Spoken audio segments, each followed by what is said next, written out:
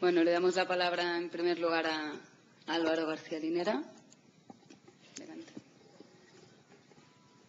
Bueno, muy buenas noches a todos ustedes. Quiero, en principio, saludar a Laia, a Antonio, y, por supuesto, agradecer la amabilidad que ha tenido nuestro compañero Carlos de invitarnos a esta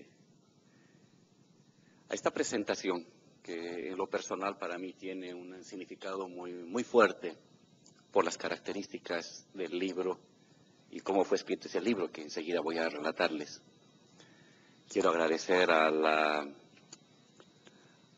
la Facultad de Filosofía, Geografía e Historia que nos recibe, a la Fundación de los Comunes, a los traficantes de sueños que están traficando muchos sueños por todas partes del mundo y que vive el tráfico en ese sentido, todo tipo de tráfico, así vale la pena. Y es un honor, por supuesto, compartir con Tony esta mesa. Nos estamos reencontrando con él de casi 8 años. Él nos acompañó en Bolivia en el año 2007, en pleno proceso constituyente boliviano, y logramos dialogar con él en momentos muy intensos y muy difíciles también. Y ahora compartir con él en esta mesa es igualmente un privilegio.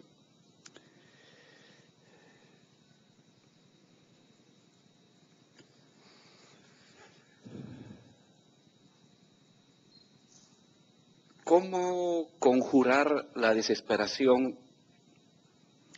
¿Cómo aliviar el dolor del alma que se apodera de mí cada día durante 5 años al recordar los gritos de la mujer que amo y que está siendo torturada con corriente eléctrica, patadas y simulacros de fusilamiento frente a mí?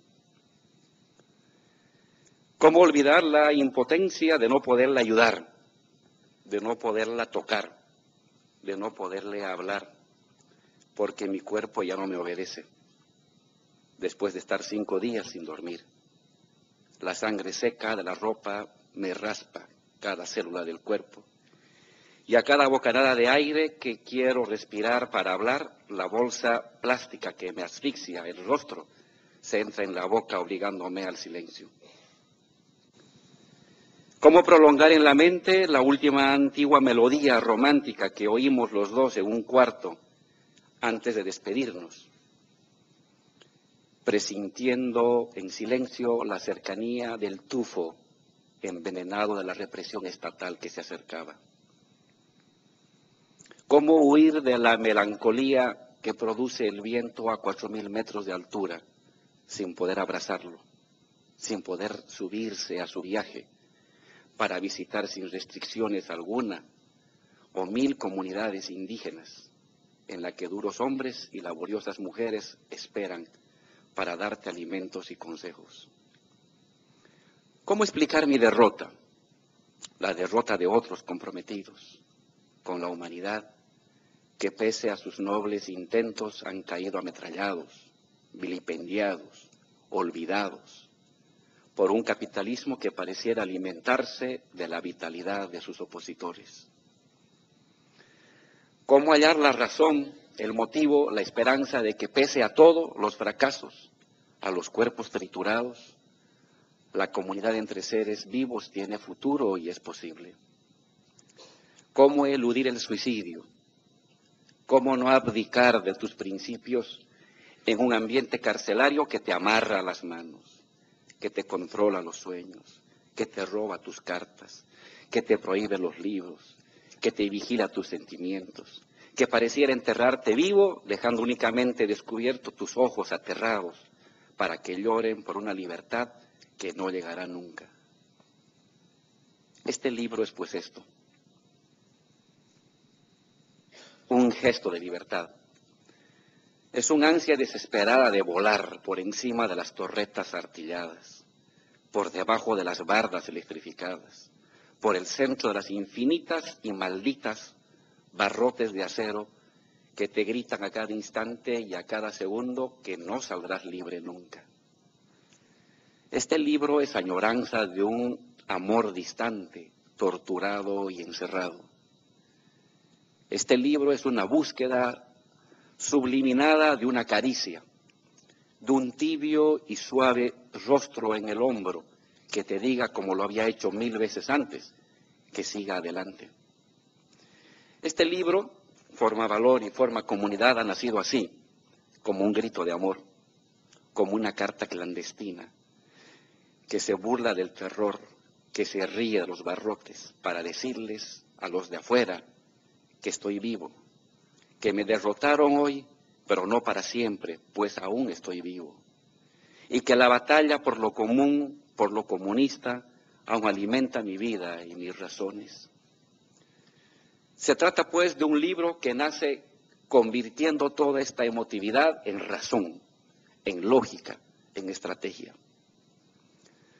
A los 20 años viví la impostura y la catastrófica derrota de la izquierda tradicional boliviana entre socialdemócrata y comunista, que en su fracaso en el gobierno habían abierto las puertas a 20 tristes y largos años de neoliberalismo. A los 26 años viví la caída del muro de Berlín. A los 28 años la derrota de la revolución sandinista. A los 29 años la infame conversión de socialistas en mediocres tecnócratas liberales. Y a los 30 me tocó la tortura, la cárcel y la derrota política. Y entonces había que explicar todo ello.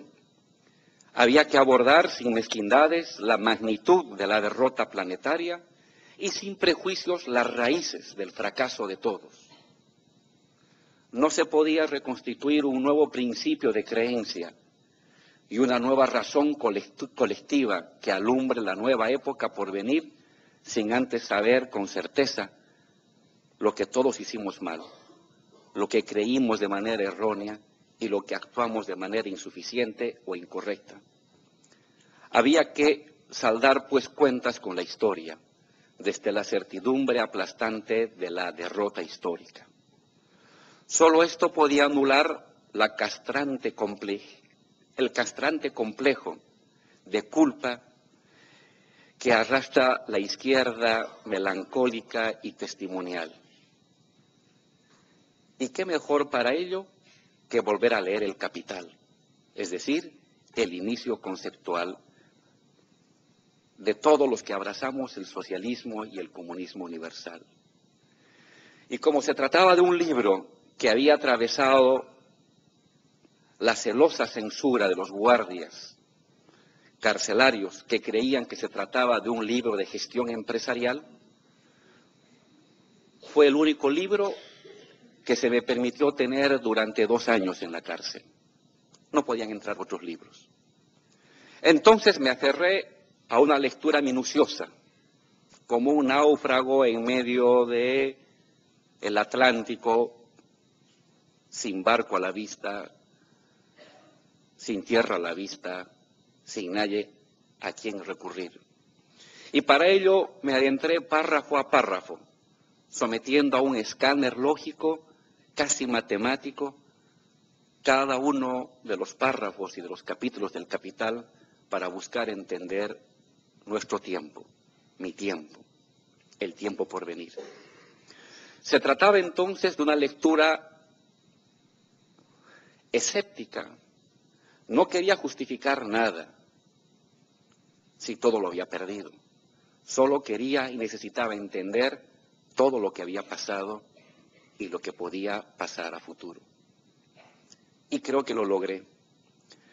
Pude hallar, biológicamente hablando, el DNA, o en términos matemáticos, los axiomas generadores de la sociedad capitalista contemporánea, su fortaleza casi inexpugnable, su capacidad de convertir todo lo que no es ella en fuerza generadora y expansiva de ella misma.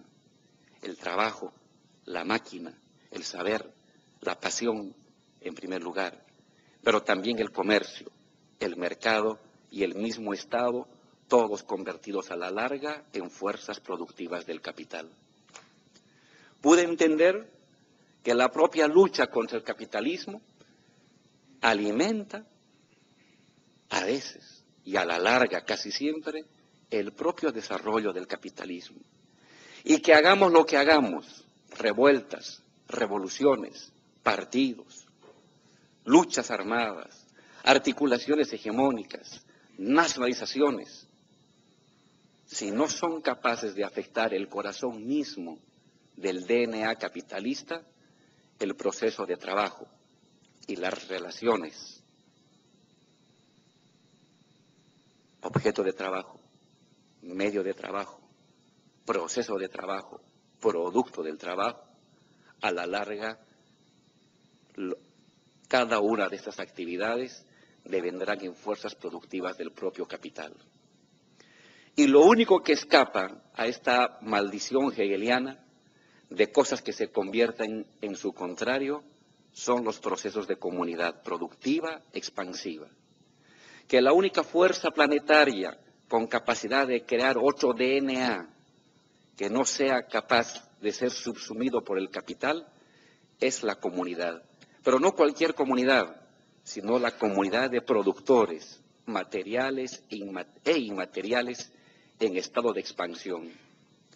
Que solo eso es el proceso de muerte del capital y que todo lo demás, aún las comunidades afectivas, las propias comunidades de lucha, las comunidades intelectuales, si no inciden en las estructuras primarias de la actividad humana, del proceso de trabajo inmediato, objeto de trabajo, medio de trabajo, producto del trabajo y proceso de trabajo, a la larga devendrán en nuevas fuerzas productivas del capitalismo.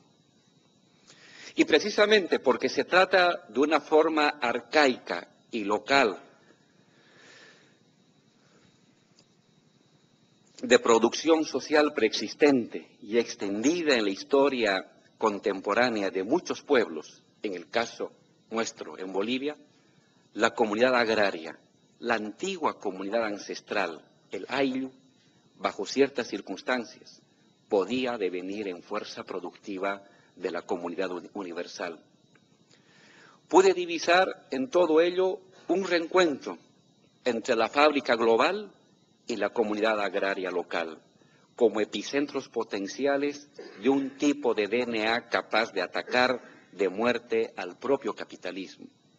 Y en ello la posibilidad también de un diálogo comunista entre el obrero social y el indígena, entre marxismo e indianismo. Al final, el resultado de la lectura del Capital fue un ajuste de cuentas, no solo con el llamado socialismo de Estado, con el llamado socialismo real, sino con toda la izquierda socialdemócrata que ha devenido en fuerzas productivas políticas del propio capitalismo contemporáneo. Pero también fue un encuentro con la fuerza real del comunismo, desde las entrañas del propio capitalismo, la fábrica social y su historia ancestral, es decir, la comunidad. Es ahí donde al final encontré que anida la posibilidad de la superación del propio capitalismo. En síntesis, este libro que tienen a la mano, Forma Valor y Forma Comunidad, está marcado por una lectura apasionada y una experiencia personal. Y en su estructura lógica se divide en 2 capítulos y en 4 ejes discursivos. La primera parte revisa el concepto de capitalismo e intenta introducirse en la lógica fundante, final y permanentemente reconstitutiva del capitalismo, el proceso de trabajo.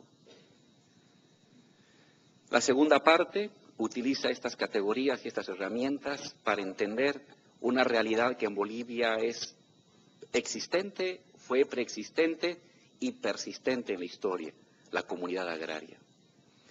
Usando las categorías que nos da Marx, intenté leer la fuerza y la vitalidad de la comunidad agraria, no solo como estructura histórica, sino como estructura y potencial fuerza de construcción del comunismo.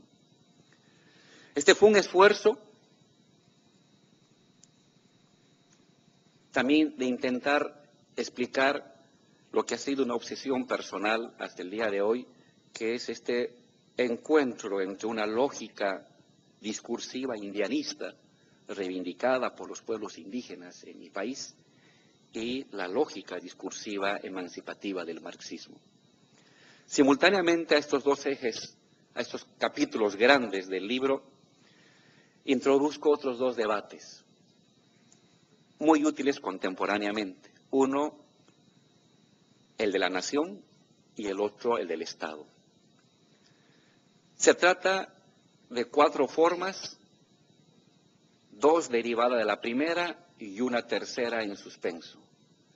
La forma valor, la forma del capitalismo, la forma comunidad, la comunidad ancestral, y de la primera forma, de la forma valor, las otras 2 formas sociales, la forma nación y la forma Estado. La forma nación la explico a partir del concepto de Marx del capital, de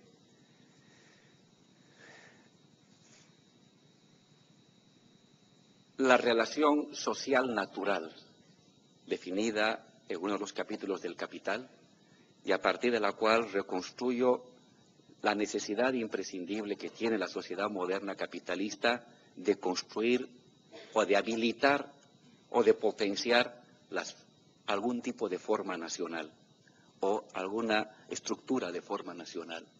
Es decir, descarto lógicamente la posibilidad de una homogeneización total de la identidad en el régimen capitalista. Por muy globalización que vaya a darse, el capitalismo ha de necesitar y ha de potenciar estructuras nacionales territorializadas que le permitan el desarrollo y el despliegue de sus capacidades. Y la segunda forma derivada de la forma valor sería la forma Estado. En particular, utilizo las categorías que están en el primer capítulo del Capital, las formas del valor, y encuentro en el avance de las formas del valor la lógica constitutiva de la forma Estado. En cierta medida, la forma Estado sería la constitución de la mercancía universal, solamente que en el lado de la constitución política. Estos son los 4 ejes que trabajan el libro. Es un libro muy abstracto. No había otra manera que sobrevivir en la cárcel. Había que sumergirse en puro lógica argumental para escapar. Pero creo que esa abstracción me permitió no solamente soportar los 5 años, sino poder encontrar estos elementos fundamentales de la constitución de la sociedad contemporánea, ese DNA.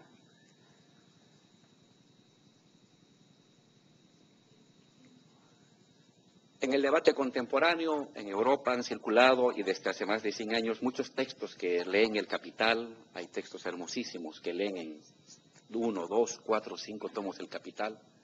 Entonces, quizás el aporte más sustancial de mi parte a esta lectura sería la segunda, la que utiliza las categorías de Marx, de la forma social para estudiar la comunidad. Los capítulos finales pudieron ya ser elaborados los últimos años de la cárcel, donde ya logré meter varios libros. Los 2 primeros años solamente tenía el Capital. Los últimos 3 años pudieron entrar en otros libros, especialmente de etnografía, de etnohistoria, con lo que pude redondear la interpretación de las estructuras comunitarias reconstituidas a partir o leídas a partir de los cronistas de la colonia hasta el siglo XX. Entonces fue a partir de esta lectura que hicimos de estos textos finales de la estadía en la cárcel que pudimos reconstituir las características de la comunidad y finalmente su potencialidad. Una aplicación posterior de esta lógica argumental la apliqué ya en otro texto cuando me tocó entrar a la universidad después de la cárcel para estudiar el movimiento obrero boliviano. El movimiento obrero en Bolivia fue leído siempre a partir de sus tesis, de sus declaraciones, de sus congresos, de sus masacres y de sus movilizaciones. A partir de las categorías que saqué de forma valor y forma comunidad y de la lectura lógica del Capital, pude introducir otra manera de estudiar el movimiento obrero y en general los movimientos sociales. Y eso me permitió una interpretación también algo distinta de la manera en que se constituyen las colectividades sociales y los movimientos sociales. Seguramente me van a preguntar, ¿cuál es la relación de este libro con la realidad contemporánea?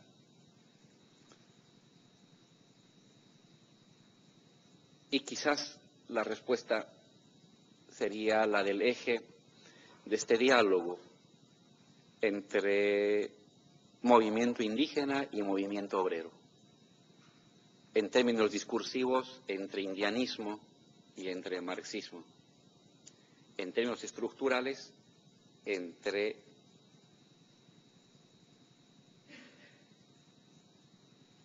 sujeto colectivo emergente de la fábrica, emergente del trabajo asalariado, y el sujeto colectivo emergente de la persistencia de las estructuras agrarias.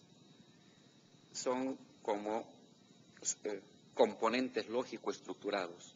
Entonces, la primera lectura, capital, comunidad, sujeto colectivo asalariado emergente contra el capitalismo, sujeto comunal emergente de los procesos de subsunción de la comunidad bajo el capitalismo, encontraríamos en este libro. Lo que de alguna manera cimentará lo que 10 o 15 años después será este diálogo de movimiento indígena y movimiento obrero contemporáneo, marxismo e indianismo. En cierta manera, es un intento, es un esfuerzo bastante abstracto por entender lo que también hoy en día sucede en Bolivia, cuando el protagonismo de las luchas sociales no solo emerge del movimiento obrero, sino fundamentalmente, en el caso de Bolivia, emerge del movimiento indígena. Y la posibilidad de su diálogo en sus componentes abstractos, de alguna manera fue estudiado en lo que puede ser este libro. No quisiera resumir más el libro porque la idea es de que lo lean, de que le echen una ojeada, de que le metan el diente y de que encuentren como yo 3 cosas que motivan la vida: el amor, la búsqueda de la vida y la búsqueda de lo común. Son los 3 componentes que, en el caso mío, me ayudaron a sobrevivir durante 5 años y que hasta el día de hoy motorizan lo que vengo desarrollando. Muchísimas gracias.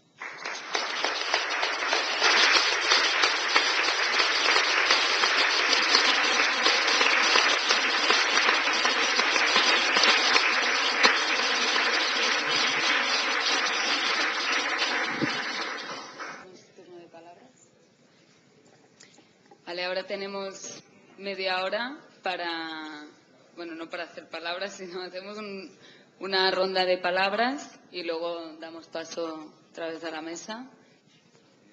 Muchas gracias. Me llamo Wilson Vargas.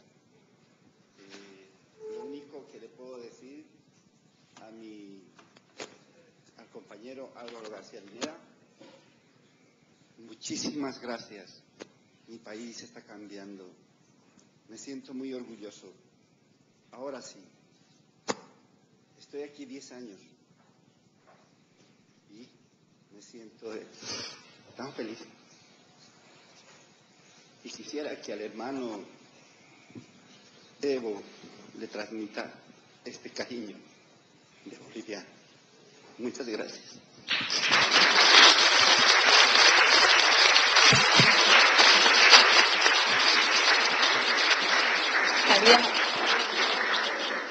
A ver, se ve una palabra allí.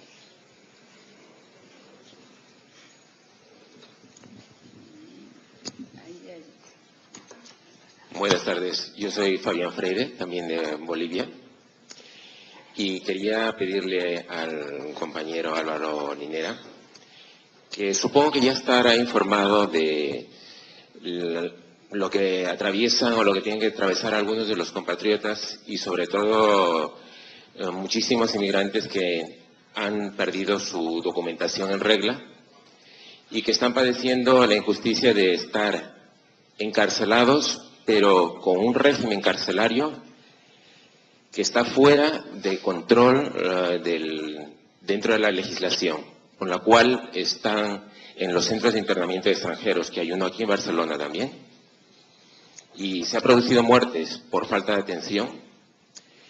El síndic de Greuges, que es el defensor del pueblo, ha intentado intervenir, pero el Tribunal Constitucional Español le ha dicho que todo este tipo de cuestiones las tiene que ver el Estado y no el síndic de Greuges. La cuestión es que muchos compatriotas y extranjeros se encuentran en total indefensión y con miedo. Quisiera que desde el gobierno boliviano se pudiera establecer algún puente para que se solucione este tema tan injusto. Aquí tengo un libro, un resumen del informe del estado del racismo en Cataluña, que quisiera obsequiarle. Gracias.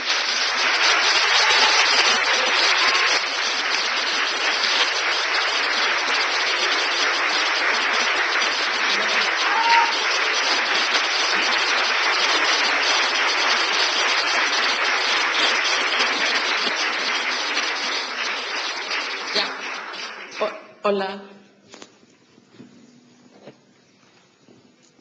Buenas noches. Mi nombre es Ibelisa, vengo de Venezuela y quería hacerle una pregunta que no tiene mucho que ver con el libro, creo, pero sí con, creo que inquietudes y asuntos, preocupaciones que circulan en este auditorio y en general en el Estado español por el momento que se está viviendo, ¿no? Que es el momento del reto de pasar de los movimientos sociales al asalto, a la toma del poder, ¿no? Yo supongo, y bueno, me imagino que usted como militante, al igual que Evo Morales con la gran trayectoria militante que tuvo en el movimiento cocalero, bueno, estuve en una posición en algún momento que tenía que ver con, bueno, estar dentro de los movimientos sociales y exigir desde allí al Estado. Ahora, tantos años después, está en otra posición que es ser Estado, ¿no? Entonces, de alguna manera, mi pregunta va, o sea, quería plantear, si pudiera hacer alguna reflexión sobre cómo ve ahora, o sea, cómo ha cambiado su forma de pensar con relación a este tema, ¿no? A los retos de la relación Estado-movimiento social, constitución de hegemonía, y bueno, si eso que se dice, por ejemplo, en los auditorios en los que he asistido, en los diferentes movimientos que están emergiendo en el Estado español y en Cataluña, de que apenas tomamos el poder lo que queremos es fomentar el contrapoder, si eso ciertamente se puede seguir haciendo o la real política nos consume, ¿no? ¿Se ve una palabra aquí? Sí, bueno, gracias a Álvaro y Antonio. Mi nombre es Santiago, soy argentino y hace ya 13 años que estoy viviendo en Cataluña.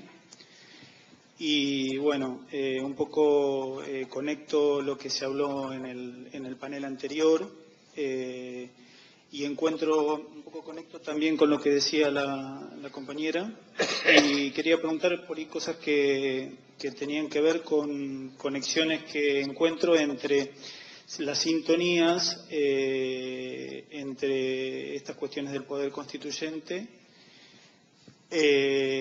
con respecto a las preocupaciones de Cataluña y teniendo en cuenta también en términos históricos lo que fue la fuerza, hablando del municipalismo, ¿no? Como se habló, y lo que es histórico, lo que ha sido para Cataluña el movimiento anarquista y toda esta tradición. Y en esta sintonía, y aprovechando también que Álvaro es parte también de estos gobiernos que, dicho en forma, me parece superficial, se habla de los gobiernos de izquierda de Latinoamérica, ¿no?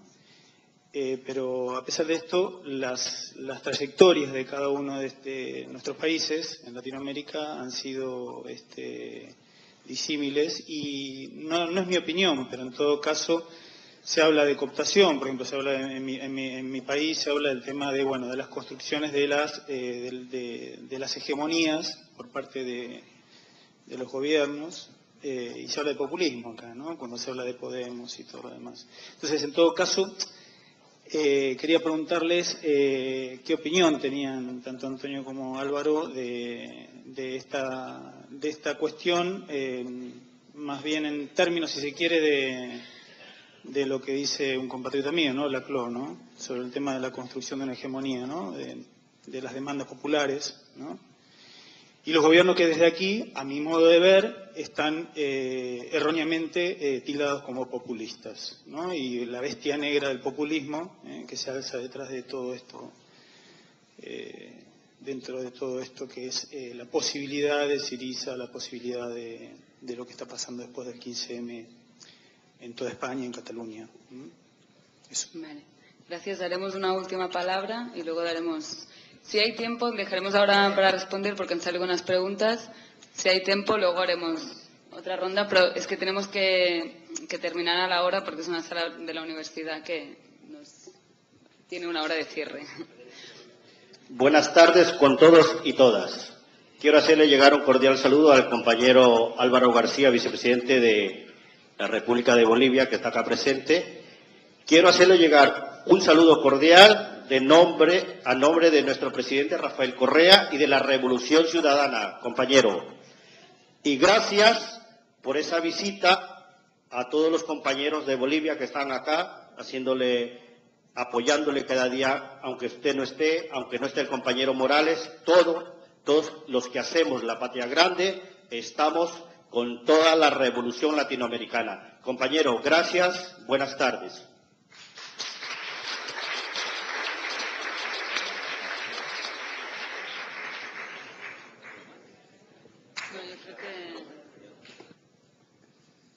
Bueno, en principio quiero agradecer los saludos de los compañeros que con tanto cariño se han hecho presentes acá, que nos dan fuerza para seguir, y me llevo este informe para revisarlo. No estaba al tanto lo que tú me dices, créeme que es nuevo, y créeme también que no me voy a quedar de brazos cruzados ante este tema que me duele, porque tiene una experiencia personal.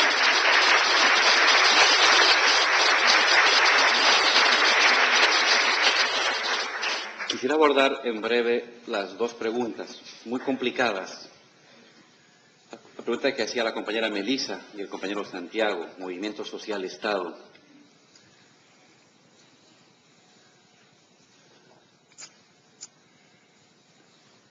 Comparto la opinión de Tony sobre que la decisión entre lo social y lo político y la autonomía de lo político es una forma liberal de ver las cosas. De hecho, así se constituye la modernidad, ¿no?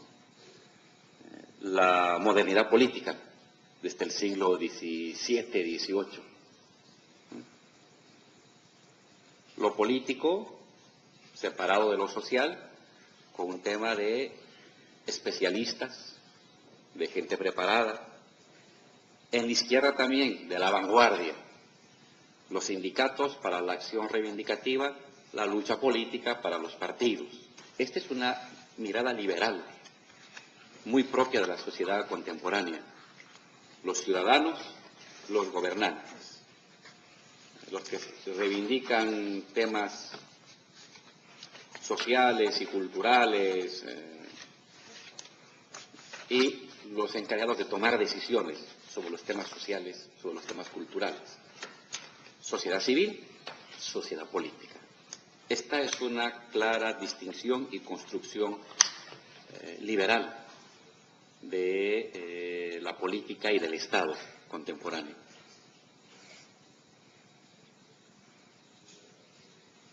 Los movimientos sociales son condensaciones colectivas, asociaciones flexibles, temáticas, mediante las cuales las personas asumen presencia, participación y protagonismo. Para presentar una demanda. Es una forma de democracia. Un movimiento social, por definición, es democracia. Democracia viva, no democracia fósil del voto cada 5 años.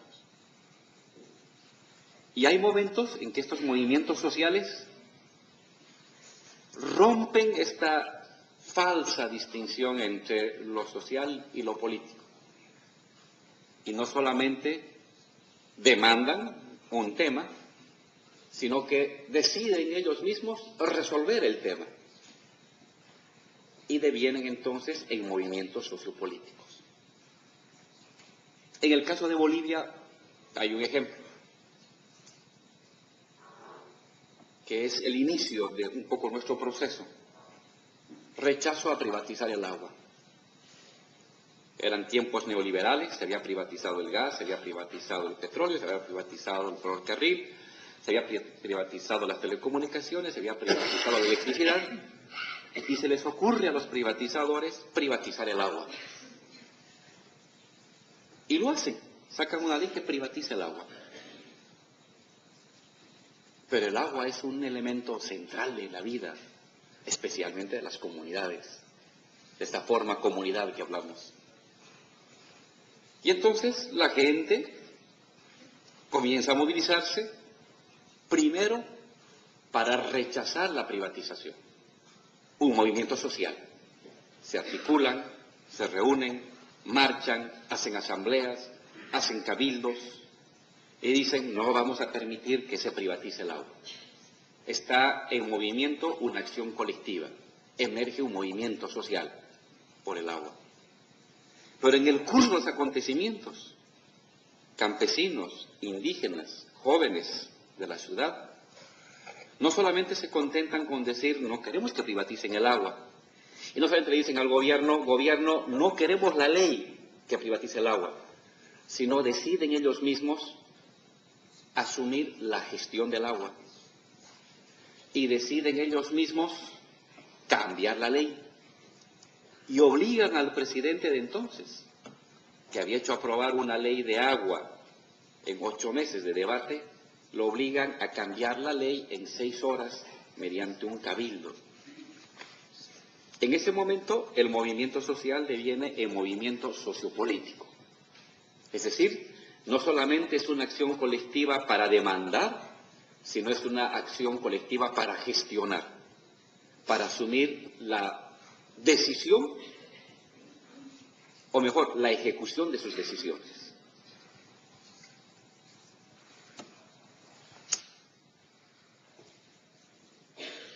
Algo parecido se va a dar luego con el tema del gas. Y luego estos actores colectivos, sindicatos anteriormente reivindicativos, comunidades anteriormente reivindicativas, en un momento específico de su vida, de su asociatividad, de la crisis de los gobernantes, ellos se asumen como sujetos también de decisión. No solamente como sujetos de demanda, sino como sujetos de decisión y de ejecución de su demanda. Devienen en movimientos sociopolíticos. Y esos sindicatos que hace 3 años atrás decían voy a pelear por aumento salarial, voy a pelear para que me den una nueva escuela en una comunidad alejada, voy a pelear para que me respeten mis usos y costumbres tradicionales en la gestión de la tierra, deciden ellos, en un hecho extraordinario de lucidez histórica, decir, ya basta en que demandemos a alguien lo que necesitamos. ¿Por qué no nosotros gestionamos lo que necesitamos? Ah, pero hay que entonces ganar las elecciones. Metacumbia, vamos a las elecciones. Y se meten a las elecciones. Y ganan.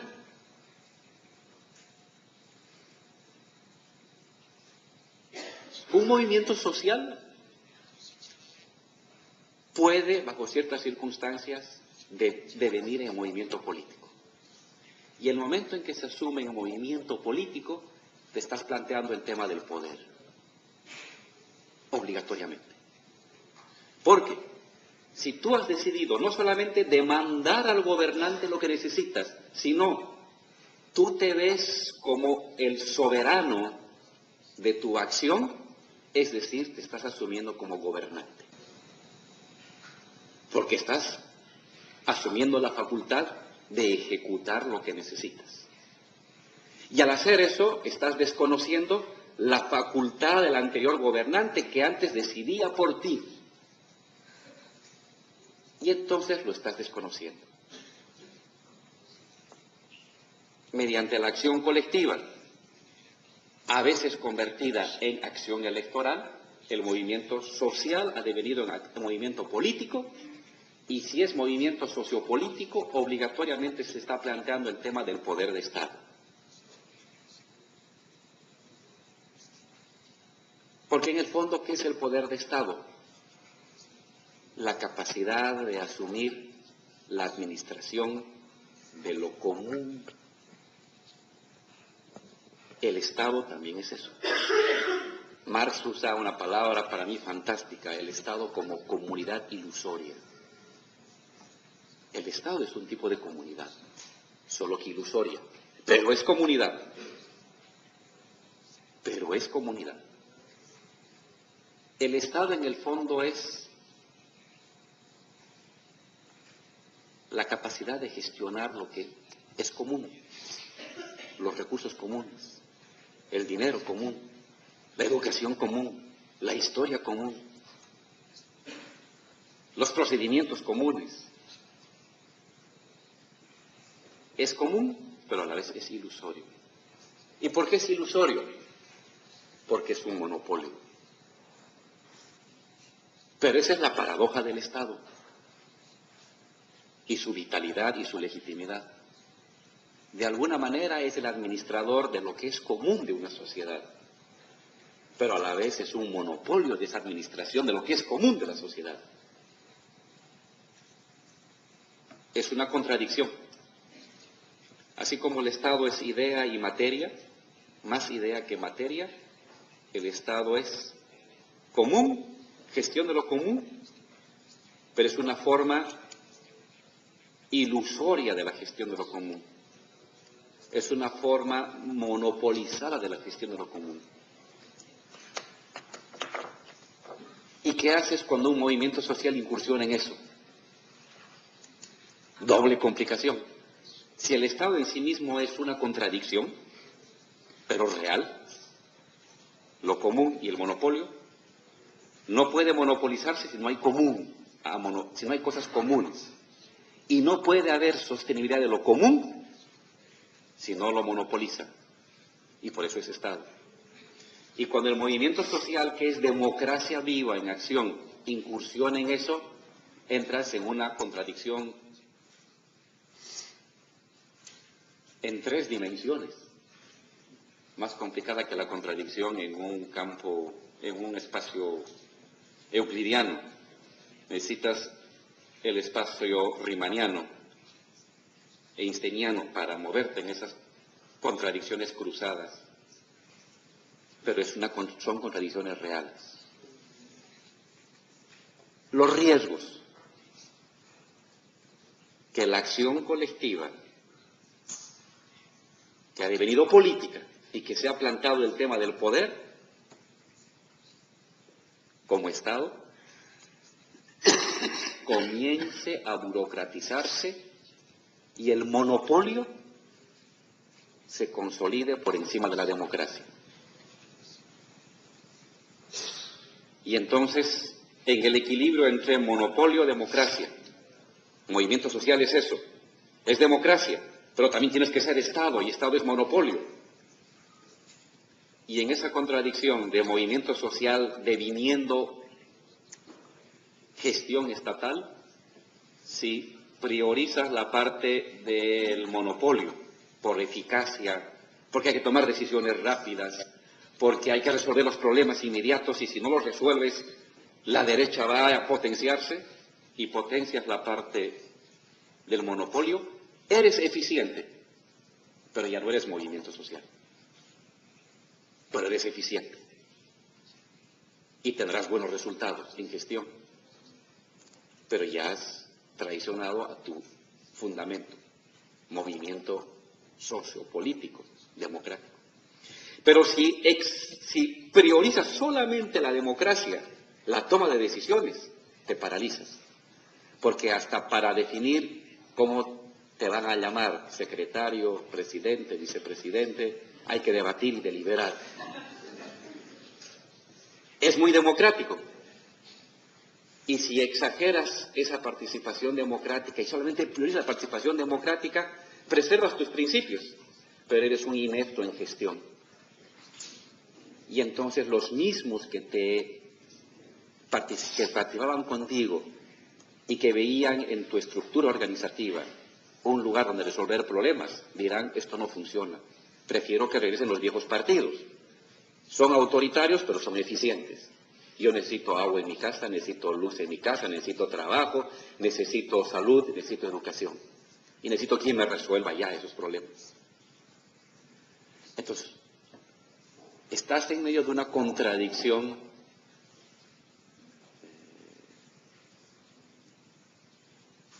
real y que no tiene superación. No hay superación de esa contradicción. Es una contradicción sin superación. No puede haber. No hay la síntesis hegeliana en esto. Es vivir en la contradicción. Ad infinitum. En tanto, estos procesos de democratización social puedan expandirse, puedan irradiarse, llevando esta contradicción. Si el movimiento social abdica de lo político y se repliegue en lo local para no contaminarse, yo no me contamino, es una opción, pero es una opción que te aplauden los gobernantes actuales, porque les has dejado el monopolio de la decisión política a los de siempre. Y los que dicen, excelente, sí, no te contamines, esto es para, ¿cómo? Para la gente grande, para los que saben. Entonces, tampoco es lo otro. Tienes que meterte a vivir la contradicción. No va a haber superación a la contradicción. Y tienes que saber cabalgar en esa contradicción, sabiendo a cada instante, en cada decisión, en cada ejecución, en cada presupuesto, en cada ley, en cada decreto, que tienes que convivir y equilibrar la contradicción. De hecho, la contradicción, el mantener la contradicción es que estás por buen camino. Cuando algún rato la contradicción se haya resuelto, es que fracasaste. O es porque perdiste la democracia, o es que perdiste la eficacia.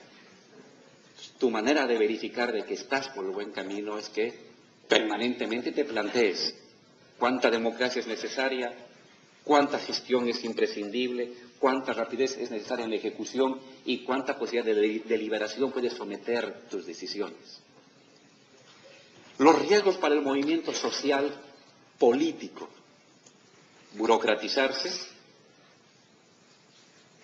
La gente se reúne una semana en asamblea, se moviliza un mes en cabildos, marcha 8 meses, se reúne en sus asociaciones durante 1 o 2 años, pero también a veces no asiste, a veces se cansa, a veces no se siente convocada, a veces siente apatía, se repliega. Y si tú no tienes una capacidad valorativa, pedagógica de permanentemente promover la participación, es muy fácil que el héroe de la movilización de ayer se convierta en el déspota de mañana, bajo el pretexto de movimiento social. Y entonces ahí ya lo perdiste. Ahí no solamente ya diste lugar al monopolio del Estado, sino dentro del movimiento social a la escisión entre dirección y base. Doble pérdida.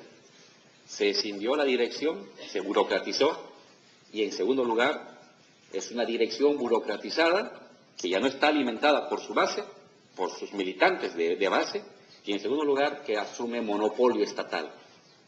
Ahí lo has perdido todo. El Estado moderno se reconstituye, el movimiento social se despolitiza, se burocratiza, y el Estado, en sentido estricto, se legitima con la careta de movimiento social. Y en el fondo has construido una nueva fuerza productiva del capitalismo. Ese es el riesgo. ¿Cómo eludir ello? Viviendo la contradicción. Permanentemente reflotando el debate, renovando las direcciones de las organizaciones sociales, permanentemente sometiendo a deliberación y a referéndum y a veredicto de la base de tu organización social a los dirigentes, y permanentemente ampliando, irradiando participación democrática en la toma de decisiones. Ese es el camino que te queda. ¿Hasta cuándo? No se sabe. Nadie ha escrito hasta cuándo. A lo más que yo me acerco a la reflexión es cuando Gramsci habla del Estado integral, que también parece una contradicción en sí mismo. Pero él decía, bueno, habrá un momento en que el Estado mantendrá funciones administrativas, pero ya no tendrá funciones coercitivas. Algo así reflexiona en su idea de Estado integral Gramsci. No hay una experiencia duradera y sostenible de esta coexistencia entre acción colectiva, Estado, dirección social, base articulada y no burocratizada. Pero parece ser que este es el camino. Parece ser que este es el camino, un posible camino a explorar en el proceso de emancipación, ¿no? Hegemonía, que me preguntaba Santiago.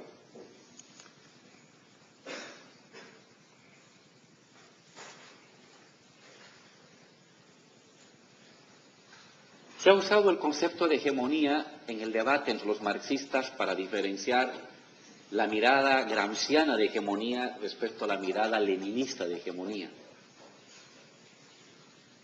Y me parece para mí un falso debate.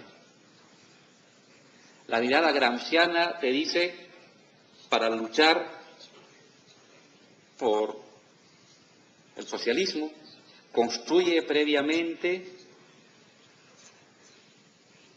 transformaciones culturales y morales de la sociedad, logra consensos, articula, conviértete en dirección moral e intelectual de la sociedad como proyecto político.